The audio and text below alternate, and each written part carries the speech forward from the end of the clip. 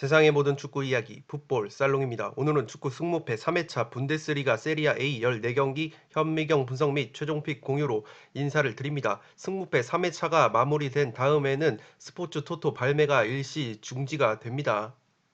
배트맨 온라인 사이트와 더불어서 오프라인 판매까지 중지가 되기 때문에 해당 기간을 안내를 해드리면 1월 17일부터 1월 24일까지 스포츠 토토 발매가 중지가 되고 온라인 사이트인 배트맨도 1월 18일 월요일 자정부터 1월 23일 토요일 오후 4시까지 발매가 중지가 됩니다. 구독자 여러분들께서 구매에 참고를 해 주시기 바라고 해당 기간 동안 풋볼살롱 역시 컨텐츠와 유튜브 채널 전반적인 부분에 있어서 정비에 들어갈 예정입니다. 풋볼살롱이 유튜브 개설 이후 3달 정도가 흘러가고 있는데 숨가쁘게 달려온 만큼 컨텐츠적인 부분이나 채널 운영 방향에 있어서 정비가 필요할 것 같아서 해당 기간 동안 재정비를 해서 구독자 여러분들에게 조금 더 퀄리티 있는 승무패 프로토 컨텐츠를 제공을 해드리려고 합니다. 최근에 풋볼살롱 멤버십과 관련해서 많은 분들이 문의를 해 주시면서 많은 분들께서 실제 가입을 해 주셨습니다. 지금 보고 계시는 이 현미경 분석 자료 한글 파일도 멤버십 분들에게는 유튜브 동영상이 올라가기 전에 미리 공유를 해드리고 있고 이 살롱 코멘트가 추가가 됐기 때문에 유튜브 동영상을 모두 시청을 하지 않으셔도 분석 동영상을 시청한 효과가 있습니다. 또한 최종 픽 풋볼살롱의 최종 예상 픽도 빠르게 확인을 하실 수가 있기 때문에 시간적인 부분을 세이브하고 싶으신 분들은 풋볼살롱 멤버십으로 합류를 해 주시면 되겠습니다. 또한 최근에 풋볼살롱이 야심차게 런칭을 한 프로토 언더오버 전문 분석 컨텐츠인 쌀 언더 오빠의 언더오버 분석 결과 역시 빠르게 이 네이버 멤버십 전용 카페를 통해서 공유를 해드리고 있기 때문에 지금 화면 위로 올라가는 풋볼살롱 멤버십 설명 동영상을 한번 시청을 해 주신 다음 관심이 있으신 분들은 풋볼살롱 멤버십으로 합류를 해 주시면 풋볼살롱 채널 운영에 크나큰 도움이 됩니다. 네, 끝으로 영상 시청에 앞서서 좋아요와 구독 버튼을 눌러 주시면 풋볼살롱 개인적으로 적중 확률이 구독자 여러분들께서도 증가를 한다고 생각이 됩니다. 그렇기 때문에 좋아요와 구독 버튼 먼저 눌러주시고 시청을 해주시면 풋볼살롱 채널에 크나큰 힘이 될 것 같습니다. 이 분데스리가와 세리아 A 조합으로 들어왔기 때문에 굉장히 난해한 회차가 예상이 되고 실제로 한 경기 한 경기 만만한 경기가 없는 것 같습니다. 프리미어리그와 라리가가 펼쳐짐에도 불구하고 토사장님께서 일주일 휴식 기간 이전에 한번 죽어보라고 분데스와 세리아 A 이 악랄한 조합을 들고 나왔는데 어쨌든 우리는 그래도 구매를 해야 하는 입장이기 때문에 풋볼살롱은 온라인 한도 내에서 32,000원짜리 픽을 들고 왔습니다. 1번 경기 볼로냐 헬라스부터 빠르게 이 분석을 해드리겠습니다. 또한 1부는 1번부터 7번 경기를 다뤄드리고 2부에서 8번부터 14번 경기를 다뤄드리려고 합니다. 워낙에 풋볼살롱의 현미경 분석이 많은 이 데이터와 전술적인 내용 그리고 그러한 내용을 바탕으로 나름대로의 해석과 분석을 해드리는 현미경 분석이기 때문에 늘 그래왔던 것처럼 1번부터 7번을 1부에서 다뤄드리고 8번부터 14번은 2부에서 다뤄드리도록 하겠습니다. 네, 1번 볼로냐와 헬라스의 경기인데 최근에 볼로냐가 이 분위기가 굉장히 좋지 않습니다. 8경기에서 5무 3패 부진의 늪에 빠져 있는데 그래도 홈에서는 볼로냐가 화력이 굉장히 살아나는 모습입니다. 평균 2골이나 득점을 하고 있는데 문제는 실점 역시 평균 2.13골로 늘어나는 것이 볼로냐입니다. 그렇지만 홈에서만큼은 굉장히 화끈한 득점력을 보여주면서 지금 원정과 비교했을 때 원정에서는 득점력이 평균 0.78골로 떨어지는 볼로냐인데 홈에서는 그래도 평균 2골이라는 화력이 나오면서 3승이나 거뒀기 때문에 볼로냐가 분위기 반전을 노릴 만한 것이 바로 이번 헬라스와의 18라운드 홈 경기라고 보시면 되겠습니다. 이 볼로냐가 이 지난 시즌 헬라스와의 맞대결에서는 모두 2차례 무승부를 거뒀습니다. 홈과 원정에서 1대1 무승부를 거뒀고 이 토탈 19경기로 늘려봤을 때는 10승 5무 4패로 우위를 점하고 있는데 최근에 지난 시즌부터 헬라스가 굉장히 짠물 수비 팀으로 변모를 하면서 굉장히 쉽게 지지 않는 팀으로 바뀌었습니다. 그렇기 때문에 지난 시즌 2차례나 무승부를 거뒀고 이 볼로냐가 최근 좋지 않은 흐름 속에서 올 시즌 역시 짠물 수비를 보여주고 있는 헬라스 베로나를 쉽게 이기기에는 힘들 것으로 보입니다. 볼로냐는 주전 골키퍼 스코롭스키가 부상으로 빠져 있는 것이 조금은 전력 누수가 심하고 수비형 미드필더 스반베리가 징계에서 복귀하는 점은 그래도 중원 쪽의 전력 강화가 예상이 됩니다. 헬라스 같은 경우에는 말씀을 드렸듯이 최근에 5경기에서 패배가 단 1패밖에 없을 정도로 분위기가 나쁘지 않습니다. 직전 크로토네 승격팀 크로토네와의 홈 경기에서도 2대1 승리를 거뒀고 이 헬라스의 상승세의 원인으로는 이 짠물 수비가 있습니다. 홈과 원정에서 굉장히 좋은 수비력을 보여주고 있는데 이 홈에서는 평균 실점 한 골인데 원정에 가서는 그 수치가 더 떨어집니다. 평균 실점이 0.88골밖에 되지 않는 이 짠물 수비를 헬라스가 원정에서도 보여주고 있는 만큼 이 볼로냐가 제 아무리 홈에서 화력이 살아나는 팀이라고 할지라도 헬라스의 올 시즌 짠물 수비를 쉽게 뚫어내는 데는 한계라고 보여집니다. 이 헬라스에는 지금 공격수 디카르미네라고 이 베테랑 공격수인데 지난 시즌에는 주전으로 활약을 했는데 올 시즌에는 0골로 부진한 선수인데 부상으로 빠져 있고 백업 장신 공격수 파빌리가 부상으로 빠져 있습니다. 또한 주전 미드필더인 이 벨로수가 부상으로 빠져 있고 오른쪽 측면 자원인 라조비치까지 이 부상으로 빠져 있기 때문에 이 헬라스 쪽에 공격진의 전력 누수가 조금은 있습니다. 그렇기 때문에 이 헬라스가 자랑하는 방패를 들고 나올 것 같고 이 볼로냐는 이 자신들이 자랑하는 홈에서의 날카로운 창으로 상대를 할 것 같은데 살롱 코멘트에서 정리를 해드리면 이 창과 방패의 대결 느낌인데 볼로냐가 최근 8경기째 승리가 없는 이 좋지 않은 흐름입니다. 그렇지만 홈에서는 유벤투스와 함께 득점 공동 6위를 달릴 정도로 화력이 좋은 팀인데 이 문제는 홈에서의 실점 또한 뒤에서 2등으로 홈에서 공격력이 좋아지는 대신 수비력도 허벌창이 되는 팀이 볼로냐입니다. 반대로 베로나 같은 경우에는 유벤투스, 나폴리와 함께 세리아 A 최소 실점 공동 1위를 달리는 팀으로 굉장히 수비력이 좋은 팀이고 원정에서도 원정 기준으로 봤을 때 7골밖에 실점을 하지 않아서 원정 기준 최소 실점 2등을 달리고 있습니다. 그렇기 때문에 이 단단한 방패가 굉장히 위력을 발휘하고 있고 이 볼로냐가 베로나를 뚫어내기 위해서는 이 주전 공격수 소리아노와 무사 바로우 선수가 골을 넣어줘야 되는데 이 문제는 주전 공격수 소리아노가 최근에 리그 4경기에서 무득점입니다. 또한 원투펀치라고 볼 수 있는 무사 바로우 역시 5경기 연속 무득점을 기록을 하고 있기 때문에 지금 볼로냐의 이 창 끝이 굉장히 무뎌져 있습니다. 반대로 베로나 같은 경우에는 이 지난 시즌에 8골이나 넣었던 디카르미네가 부상 중인데 이 디카르미네가 올 시즌 0골로 부진한 상황 속에서 그래도 젊은 공격 자원들이 골고루 골을 넣어주고 있습니다. 필요할 때마다 자카니와 디마르코라는 젊은 공격수들이 이 한 골 한 골 꾸역꾸역 넣어주면서 승리와 무승부를 챙겨가고 있고 따라서 볼로냐의 무뎌진 창이 베로나의 방패를 뚫어내기에는 저는 역부족이라고 생각이 되어집니다. 이 무승부를 베이스로 이 투포를 잡는다면 그래도 최근에 이 골고루 젊은 공격진들이 꾸역골을 넣어주고 있는 베로나가 홈에서 최다 실점 공동 2위를 달리고 있는 홈에서 수비력이 굉장히 안 좋은 볼로냐를 상대로 한 골차 꾸역승까지도 조금 바라볼 수 있지 않을까 싶습니다. 또한 베로나가 올 시즌 원정에서 유벤투스, AC 밀란 그리고 아탈란타를 상대로 굉장히 좋은 성적을 거뒀고 라치오를 상대로도 승리를 거뒀던 이 기억이 있기 때문에 강팀들과의 원정 경기에서도 좋은 성적을 거뒀던 베로나가 충분히 이 창끝이 무뎌진 소리아노와 이 무사 바로우라는 원투펀치가 침묵을 하고 있는 볼로냐의 창을 이 방패로 막아내면서 오히려 방패로 공격을 막아냄과 동시에 방패로 뚝배기를 깨버릴 수도 있다고 생각이 되어집니다. 그렇기 때문에 1번 경기는 투포를 잡으면서 헬라스 사이드 무패 투폴로 한번 가보도록 하겠습니다.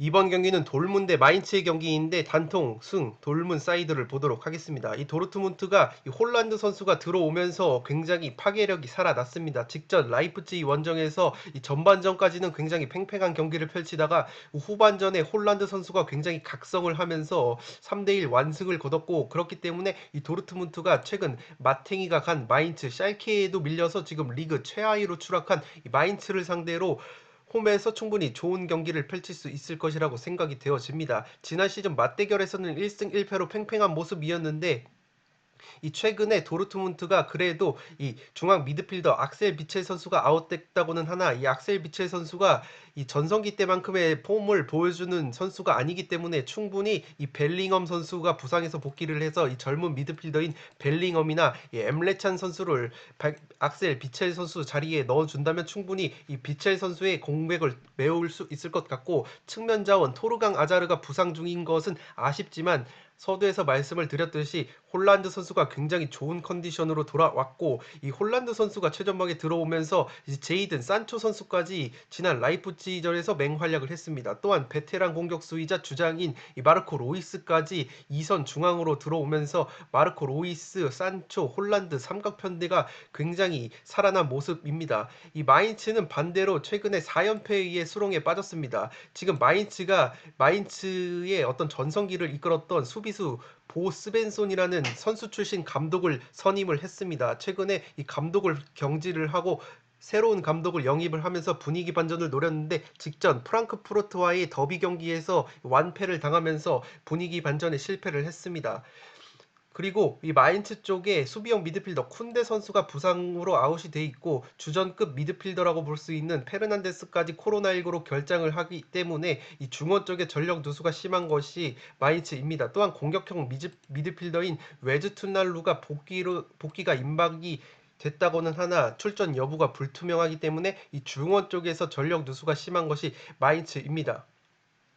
이 살롱 코멘트에서 정리를 해드리면 이 지난 프랑크푸르트와의 마인강 더비에서 34년 만에 홈에서 무기력하게 패한 마인츠입니다. 이 마인츠가 최근에 고전하는 것이 공격 원투펀치라고 볼 수 있는 장필립 마테타와 이 콰이손이죠. 이 콰이손 선수가 굉장히 침묵을 이어가고 있습니다. 지금 마테타 선수가 올 시즌 분데스리가에서 7골이나 넣어줬던 선수인데 최근에 무득점 행진이 8경기로 늘어났고 이 부상에서 돌아온 콰이손까지 7경기 무득점이라서 지금 원투펀치 볼로냐와 마찬가지로 공격 원투펀치가 굉장히 무득점 행진이 이어지고 있기 때문에 공격이 굉장히 문제라고 보시면 되겠습니다. 반면에 도르트문트는 이 에이스 홀란드가 괴물 같은 화력을 보여주면서 활약을 했죠. 라이프치히를 완파를 하고 돌아온 이 도르트문트이기 때문에 홈에서 충분히 마인츠를 상대로 좋은 경기를 펼칠 수 있을 것 같고 이 홀란드 선수가 최전방에서 버텨주면서 구조적으로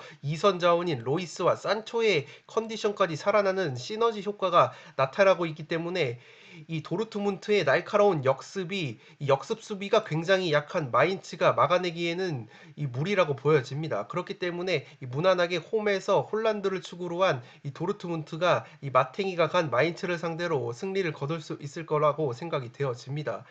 이 마인츠 같은 경우에는 보스벤손이라는 선수 출신 감독과 함께 이 수뇌부까지 이 전성기를 이끌었던 이 수뇌부로 개편을 하면서 분위기 반전에 이 열심인데 지금 단시간 내에 팀의 조직력을 정비하기에는 아직까지 시간이 부족할 것으로 보입니다. 그렇기 때문에 도르트문트가 홀란드를 앞세워서 충분히 마인츠 정도는 잡아낼 수 있지 않을까 싶습니다.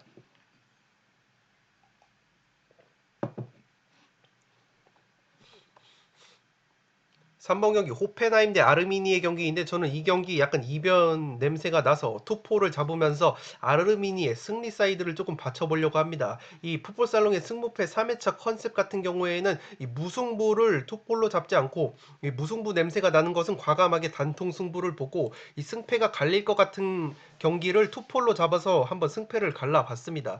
그 경기가 이 첫 번째 경기가 호펜하임 대 아르미니의 경기인데 이 호펜하임이 직전 샬케 원정에서 0대4로 대패를 했습니다. 제가 이 경기 이변을 보면서 샬케의 승리를 맞추면서 이 구독자 여러분들 사이에서 샬케 석사 하기를 받았는데 어쨌든 이 샬케이에게 0대4로 완패를 당한 호펜하임인데 그 원인으로는 일단 주전급과 이 비주전 선수들의 부상자들이 굉장히 많습니다. 지금 주전 미드필더인 바움가르트너 선수가 경고 누적 징계로 이 결장을 하고 주전 미드필더인 그릴리치가 복귀한 것은 고무적이나 이 미드필더 게이거, 중앙 미드필더 세바스티안 루디, 주전급 수비수인 노르트 베이트까지 불투명한 상황에서 주전 중앙 수비수 악포구마까지 출전이 불투명한 상황입니다. 그렇기 때문에 이 공격과 이 미드필더, 수비 전체적으로 전력 누수가 심한 것이 호펜하임이고, 직전 샬케 원정에서 무기력하게 수비 뒷공간이 열리면서 19살 매튜 호페라는 샬케의 신성에게 해트트릭을 허용하면서 샬케에게 이 30경기 만에 31경기 만에 승리를 선사를 했습니다. 그렇기 때문에 호펜하임이 이 아르미니를 상대로도 쉽게 승리를 가져갈 수 있을지는 조금 의문인 것이, 올 시즌 홈과 원정을 비교해 봤을 때 이 홈에서는 굉장히 화력이 원정보다 살아나는 것은 고무적이라고 할 수 있는데, 문제는 홈과 원정에서 수비력이 굉장히 안 좋은 것이 호펜하임입니다. 올 시즌 이 무실점 경기 클린시티가 단 한 차례도 없는 것이 호펜하임이고, 그러한 상황 속에서 가뜩이나 수비가 좋지 않은데 지금 주전급 수비 자원들이 굉장히 출전이 불투명하다는 상황에서 이 샬케전처럼 또다시 아르미니에게도 덜미가 잡힐 가능성이 있어 보입니다. 아르미니 같은 경우에는 직전 헤르타 베를린과의 홈 경기에서 1대0 승리를 거두면서 꾸역꾸역 지금 4승을 거두면서 이 승격 팀 치고는 굉장히 이 나쁘지 않은 행보를 보이고 있습니다. 강등권 싸움에서 조금은 유리한 고지를 4승이나 거두면서 이 선점을 했고, 이 아르미니 같은 경우에는 일본 선수죠. 일본 국가대표인 도안 리츠 선수가 굉장히 이 에이스로 활약을 하고 있는데, 이 도안 리츠 선수가 직전 헤르타 베를린과의 경기에서도 좋은 모습을 보여줬기 때문에 이 도안 리츠와 최전방의 코르도바를 앞세운 이 역습 한 방으로 충분히 수비 뒷공간이 벌어지는 호펜하임을 공략할 여지가 충분해 보입니다. 이 살롱 코멘트에서 정리를 해드리면, 이 지난 샬케전에서 덜미가 잡히면서 3연패 수렁에 빠진 호펜하임이고, 반면에 승격팀 아르미니는 꾸역꾸역 이 시즌 4승을 올렸는데, 그 상대가 이 만만치 않은 팀인 헤르타 베를린이었다는 점에서 굉장히 아르미니의 경기력이 올라온 상황입니다. 이 호펜하임의 경우에는 주전과 비주전에 이 부상 선수들이 많기 때문에 이 주전 공격수 에이스인 크라마리치에게 이 기대를 걸어야 되는데, 이 크라마리치 역시 2경기 연속 무득점 침묵으로 일관을 하면서 화력이 약화된 호펜하임입니다. 이 반대로 이 아르미니 같은 경우에는 이 일본 국가대표 공격 자원인 도안 리츠가 괜찮은 몸놀림을 보여줬고, 헤르타전에서 굉장히 맹활약을 했습니다. 호펜하임이 지난 샬케전처럼 또다시 이 수비 뒷공간을 많이 노출을 한다면 아르미니의 역습 한방, 특히 도안 리츠를 앞세운 역습 한방에 덜미가 잡힐 수 있다고 보여집니다. 그렇지만 호펜하임이 지금 3연패의 수렁에 빠져 있고, 아르미니가 이 샬케만큼의 역습을 보여줄 수 있을지는 조금 의문입니다. 기본적으로 아르미니가 역습 자체가 그렇게 강한 팀이 아니기 때문에 올 시즌 역습 패턴으로 한 골밖에 넣고 있지 못하다는 점에서 그렇게까지 역습이 강한 팀은 아니기 때문에 충분히 이 호펜하임 역시 수비 뒷공간 노출이라는 조금 리스크를 최소화하면서 조심스럽게 경기를 운영한다면, 그래도 이 걸출한 이 결정력이 있는 크라마리치를 앞세워서 충분히 아르미니 정도는 잡아낼 수 있을 것이라고 생각이 되어집니다. 이 호펜하임이 쉽게 4연패까지는 갈 거라고는 보여지지가 않기 때문에 기본적으로는 호펜하임의 승리 쪽을 조금은 바치면서, 그래도 제가 아르미니 사이드를 한번 걸어보고 싶은 것이, 제가 샬케와 호펜하임전에서 샬케이의 승리를 맞출 수 있었던 원동력은 뭐냐면, 샬케가 이 호펜하임을 잡아내기 전에 헤르타 베를린과 경기를 가졌습니다. 그 헤르타 베를린과 경기를 치러서 0대3으로 샬케가 패배를 했는데, 샬케가 비록 0대3으로 패배를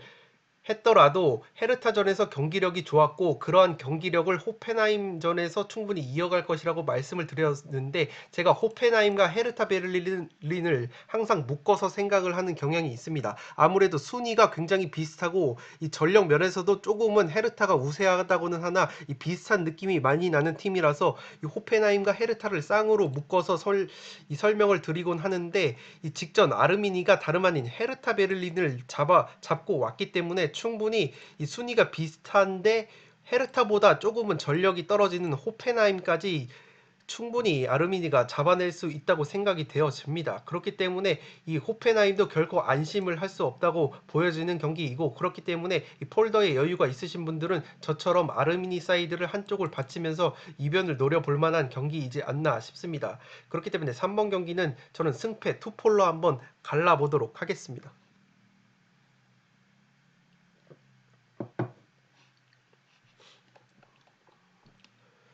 4번 경기 볼프스 대 라이프치히인데 저는 이 경기 역시 이변이 나올 것으로 보고 단통 무승부로 과감하게 한번 가보도록 하겠습니다. 이 라이프치히가 직전 도르트문트 원정에서 보여줬던 것이 이 전반전에 굉장히 타이트한 전방 압박, 특히 중원에서의 압박을 보여주면서 이 도르트문트를 압도를 했는데 후반전 들어서 이 골 결정력이 굉장히 좋지 않았습니다. 이 최전방에서 방점을 찍어줘야 하는 공격 자원들인 포르스베리 같은 선수들이 굉장히 부진한 모습을 보여줬고 이 장신 공격수인 홀란드 선수와 함께 노르웨이 국가대표팀에서 활약을 하고 있는 이 세를로트를 투입을 하면서 이 세를로트가 첫 골을 신고를 하면서 이 영패를 면하기는 했는데 이 쇠룰로트 같은 장신 공격수를 라이프치히의 나겔스만 감독이 선발로 내세울지는 조금 의문입니다. 그렇기 때문에 이 라이프치히가 최근에 골 결정력이 이 떨어진 상황 속에서 이 공격 자원들의 부상 이 결장도 예고되고 있기 때문에 이 볼프스부르크가 홈에서 굉장히 수비력이 좋은 팀이라는 점에서 볼프스부르크의 짠물 수비를 뚫어내는 데는 조금은 이 역부족이지 않나 싶습니다. 볼프스부르크는 이 우니온 베를린 원정에서 2대2로 비기고 왔는데 홈과 원정을 비교했을 때 홈에서 굉장히 경기력이 살아나면서 평균 0.86골이라는 짠물 수비를 앞세워서 올 시즌 단 1패도 당하고 있지 않습니다. 그렇기 때문에 볼프스부르크가 제 아무리 라이프치히를 상대한다고 할지라도 쉽게 패배를 할 것 같진 않고 이 무승부가 나오는 흐름이 나올 것 같습니다. 이 볼프스 같은 경우에는 최근에 코로나19 집단 감염을 겪었는데 대부분의 선수들이 코로나19 이후에 이 복귀를 한 상황이고 주전 미드필더인 막시밀리안 아르놀트 선수가 퇴장 징계로 결장하는 것은 조금은 전력 누수라고 볼 수 있는데 문제는 라이프치히 쪽에 전력 누수가 조금 더 심합니다. 주전 중앙 미드필더인 캄플 선수와 공격 2선 자원인 자비처 선수가 부상으로 불투명하기 때문에 이 캄플과 자비처가 나오지 못한다면 이 라이프치히의 특유의 이 중원에서의 역동적인 움직임이 조금은 둔화될 가능성이 높고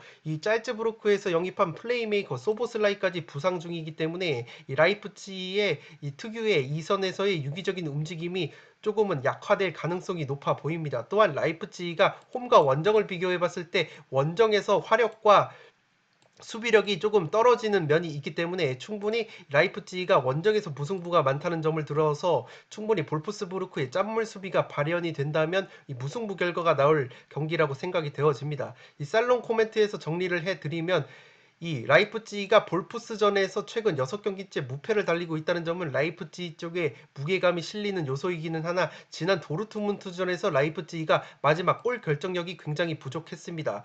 그런데 그러한 골 결정력이 부족한 상황 속에서 캄플과 자비처 같은 이선 자원이 또다시 이 결장이 된다면 이 왼쪽 측면 수비수이자 공격적으로 굉장히 가담을 많이 하는 앙헬리뇨 쪽에 조금 의존하는 단조로운 공격 패턴이 또다시 도르트문트전에 이어서 나올 것 같습니다. 그렇게 될 경우에는 이 볼프스부르크 같은 경우에는 오른쪽 측면에 은바부와 바쿠라는 굉장히 공격적인 풀백과 측면 윙어가 포진을 하기 때문에 이 앙헬리뇨 선수가 마음 놓고 공격에 가담할 경우에는 왼쪽 측면 수비 뒷공간이 열리면서 오히려 은바부와 바쿠에게 공격 기회를 내줄 수도 있기 때문에 앙헬리뇨가 그렇게까지 공격적으로 전진할 수 있을지도 조금 의문입니다.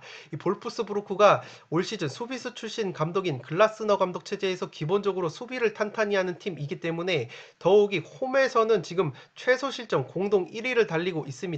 라이프치히와 더불어서 홈에서는 최소 실점 공동 1위를 달리는 짠물 수비 팀이기 때문에 결정력이 조금 떨어진 라이프치히가 원정에서 화력이 약화되는 라이프치히가 홈 최소 실점 공동 1위를 달리고 있는 볼프스의 수비벽을 쉽게 뚫어내는 데는 한계가 있어 보입니다. 이 볼프스가 홈과 원정에서의 경기력 편차가 심하지만 그래도 홈에서만큼은 굉장히 짠물 수비를 보여주는 팀이고 굉장히 팽팽한 경기 흐름이 나올 것 같습니다. 이 볼프스부르크가 코로나19 집단 감염 이후에 선수들의 컨디션 저하가 있다고는 하나 라이프치히 역시 부상으로 인한 공격진의 화력 약화가 예상이 되기 때문에 충분히 양팀 모두 화력이 저하된 상황 속에서 양팀 모두 수비력이 굉장히 좋은 팀이기 때문에 방패 대 방패의 대결이 예상이 되고 그러한 흐름 속에서 팽팽한 흐름이 나올 것 같고 저는 그래서 단통 무승부로 가보도록 하겠습니다.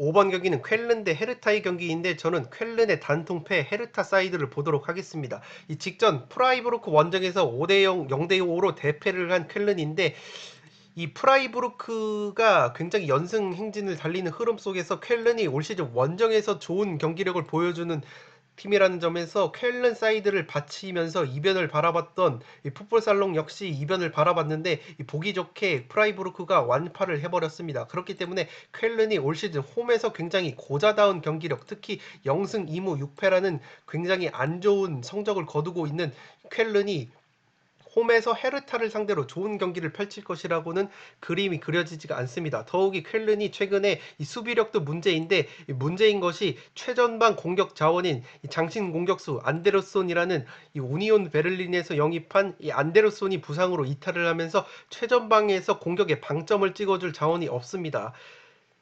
그렇기 때문에 쾰른이 수비도 문제지만 공격 쪽에서 어려움을 겪고 있고 중앙 수비수 호르헤 메레이가 부상해서 복귀하는 것은 조금 고무적이라고는 할 수 있는데 최근에 쾰른이 분데스리가 25경기에서 승리를 거둔 것이 단 2승밖에 없습니다. 또한 최근 4경기 무득점이라는 점에서 이 장신 공격수 안데르손이라는 최전방 공격 자원의 부재로 인해서 이 득점력에 문제가 있고 헤르타 같은 경우에는 아르미니에게 덜미가 잡히면서 굉장히 이 손뼈 아팠습니다. 헤르타가 최근에 이 마테우스 쿠냐라는 에이스 공격수가 컨디션 난조와 더불어서 부상으로 출전이 불투명하기 때문에 헤르타 역시 지금 쿠냐가 나오지 못한다면 화력 약화가 예상이 되고 지금 주전 중앙 수비수인 보야타 선수까지 출전이 불투명하고 왼쪽 풀백 플라틴 하르트가 불투명하다는 점에서 헤르타 역시 지금 쾰른을 상대로 굉장히 화력과 수비력이 약화된 상황 속에서 쾰른을 상대를 합니다. 다만 제가 그래도 헤르타 사이드를 보고 싶은 이유는 이 올 시즌 헤르타가 홈과 원정을 비교해 봤을 때 이 원정에서 근소하게 득점력과 수비력이 상승하는 모습이 있고 이 쾰른 원정 7경기에서 무려 5경기째 승리를 거두고 있고 3경기 연속 쾰른을 상대로 무실점을 거두고 있기 때문에 쾰른 원정에서 굉장히 좋은 모습을 보여주고 있다는 점이 헤르타 사이드를 보는 이유입니다. 이 살롱 코멘트에서 정리를 해드리면 쾰른은 지난 프라이부르크 원정에서 처참하게 0대5로 대패를 당했습니다. 또한 실점 면에서 굉장히 안 좋은데 올 시즌 분데스리가 18개 팀 중에서 홈 성적이 가장 안 좋은 팀이 쾰른이고 실점 또한 18골로 가장 많은 실점을 하고 있는 홈 고자이기 때문에 제 아무리 헤르타가 직전 경기 아르미니 경기에서 이 덜미가 잡혔다고는 하나 충분히 이 쾰른의 홈 고자다운 수비력을 뚫어내기에는 부족함이 없어 보입니다. 다만 헤르타 역시 이 에이스 공격수인 마테우스 쿠냐의 공백이 조금 커 보이는데 이 쿠냐가 없더라도 헤르타 쪽에는 그래도 코르도바와 피용테크 같은 꾸역꾸역 한 골을 넣어줄 이 전문 공격수가 있기 때문에 이 전문 공격수 안데르손이 빠진 쾰른보다도 창끝이 날카롭다고 보여지고 수비력 역시 헤르타가 원정에서 좀 더 살아나는 모습을 보여주고 있기 때문에 홈 고자 쾰른이 헤르타의 수비력을 뚫어내기에는 역부족이라고 보여집니다. 말씀을 드렸듯이 지난 시즌 우니온에서 활약한 안데르손이라는 공격수가 부상으로 이탈 중인 것이 뼈아프고 이 쾰르는 온드레이 두다라는 선수가 최전방 공격 자원으로 활약을 할 수가 있는데 이 두다 선수 역시 전형적인 스트라이커가 아니기 때문에 이 펄스 나인 가짜 9번 느낌으로 이 활약을 하는 선수이기 때문에 최전방 공격 쪽에 무게감이 굉장히 떨어지는 쾰른입니다. 그렇기 때문에 쾰른이 또다시 홈 고자다운 수비력과 공격력이 나온다면 헤르타가 꾸역꾸역 한 골을 넣어줄 수 있는 피용테크나 코르도바를 앞세워서 한 골차 두 골차 신승을 거둘 경기라고 보여집니다. 또한 최근 쾰른 원정에서 헤르타가 좋은 성적을 거두고 있고 원정에서 헤르타가 공격력과 수비력을 이 근소하게 증가한다는 점도 헤르타 쪽이 유력해 보여서 저는 이 5번 경기는 이 쾰른의 단통 패를 보도록 하겠습니다.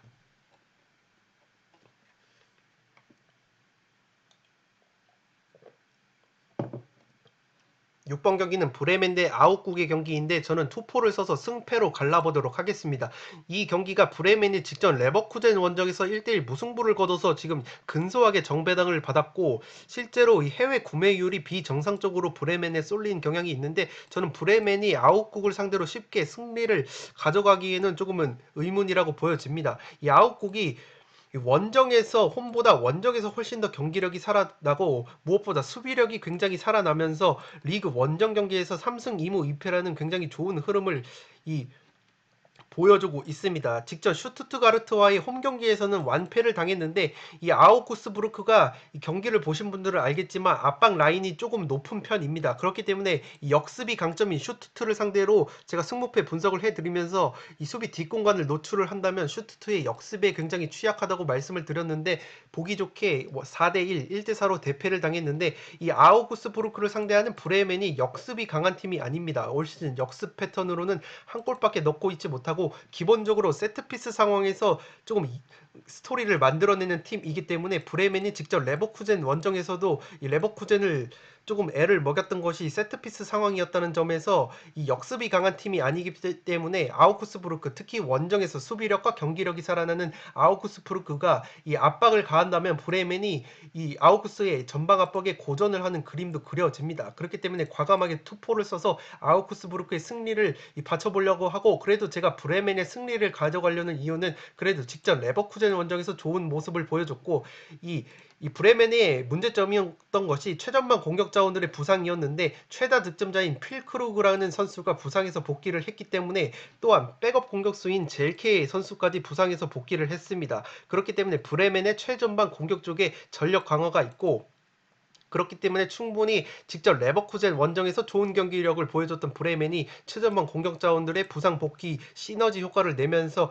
아웃국을 상대로도 충분히 이 승리를 가져볼 만한 경기이지 않나 싶습니다. 다만 이 브레멘 역시 직전에서 말씀을 드렸던 쾰른과 마찬가지로 홈 고자 팀입니다. 홈 22경기에서 승리가 단 2차례밖에 없는 홈 고자 팀이기 때문에 이 기본적으로 저는 아우크스부르크의 승리 쪽이 조금 더 유력하지 않나 싶습니다. 이 아우구스부르크가 좋은 것이 이 주전 수비수인 하우레오 선수가 지난 슈투트가르트전에서는 경고 누적으로 나서지 못했는데 이 핵심 중앙 수비수인 하우레오까지 돌아오기 때문에 수비력이 강화가 됩니다. 물론 백업 공격 자원인 마르코 리히터가 슈투트가르트전에서 퇴장을 당해서 결장을 하기 때문에 공격력이 조금은 약화가 되는 면이 있지만 기본적으로 아웃국이 이 수비력을 중시한다는 팀이라는 점에서 충분히 하우레오의 복귀는 이 날개가 될 것 같고 살롱 코멘트에서 정리를 해드리면 이 지난 레버쿠젠전에서 세트피스 상황에서 위협적인 장면을 연출했던 브레멘인데 이 브레멘이 레버쿠젠전처럼 세트피스로 재미를 볼 수 있을지는 의문인 것이 아웃국이 세트피스 수비가 굉장히 나쁘지 않은 팀입니다. 올 시즌 세트피스 수비 상황에서 2골밖에 실점을 하지 않고 있고 그렇기 때문에 이 세트피스 수비가 결코 약하지 않다는 점에서 이 아웃국을 상대로 세트피스로 재미를 볼 수 있을지는 조금 한계라고 보여집니다. 또한 이 아웃국이 홈보다 원정에서 성적, 공격력, 수비력 모두 좋아지는 팀이고 기본적으로 아우구스부르크가 전방 압박을 병행을 하는 팀인데 이 수비 뒷공간이 노출되는 약점이 있는데 브레멘이 지금 이 역습이 그렇게까지 강한 팀은 아니라는 점에서 아웃국 역시 이 전방 압박을 적절히 병행을 한다면 브레멘을 상대로 충분히 주도권을 가져오면서 좋은 경기를 펼칠 수 있을 것이라고 생각이 되어집니다. 또한 브레멘 같은 경우가 분데스리가에서 파울 랭킹이 5위입니다. 파울이 굉장히 많은 팀인데 그렇기 때문에 브레멘이 자칫 아웃국에게 많은 파울을 범할 경우에는 아우구스부르크에 있는 칼리줄이라는 베테랑 선수가 굉장히 프리킥이 날카로운 선수인데 이 칼리줄이 선수에게 직접 프리킥 한 방으로 덜미가 잡힐 수 있어 보입니다. 다만 지금 브레멘에는 최다 득점 공격수인 필크루그 선수가 부상 복귀 이후에 출전 시간을 늘려가고 있는데 이 선수가 이 4골을 넣었는데 이 4골 중에서 3골을 몰아넣은 게 지난 9월 샬케전이었습니다. 이 지난 9월 샬케 같은 경우에는 굉장히 마탱이가 간 샬케이기 때문에 이 영향가가 굉장히 떨어지는 4골이라고 보여지는데 어쨌든 이 주전 최전방 공격수가 돌아온다면 구조적인 시너지가 생기기 때문에 충분히 브레멘이 직접 레버쿠젠의 상승세를 이어간다면 이 아웃국을 상대로도 아무리 홈 고자라고 할지라도 홈에서 충분히 승리를 가져볼 만한 경기이지 않나 싶습니다. 아웃국 역시 최전방 공격 자원이 굉장히 부실한데 그래도 브레멘보다도 2선 공격 자원인 칼리주리 안드레 한, 바르가스 선수들 같은 선수들이 꾸역꾸역 골을 넣어줄 수 있는 팀이기 때문에 저는 기본적으로는 아우구스부르크가 브레멘을 상대로 최대 승리까지도 가져갈 볼만한 경기라고 생각이 되어집니다. 또한 아우구스부르크가 원정에서 실점력이 굉장히 떨어진다는 점이 있기 때문에 충분히 아우구스부르크가 원정에서의 수비력을 앞세워서 날카로운 칼리주리를 앞세운 이 직접 프리킥 한 방으로 브레멘의 덜미를 잡을 가능성도 있어 보이기 때문에 이 승패 투폴로 갈라보면서 이변을 바라보도록 하겠습니다.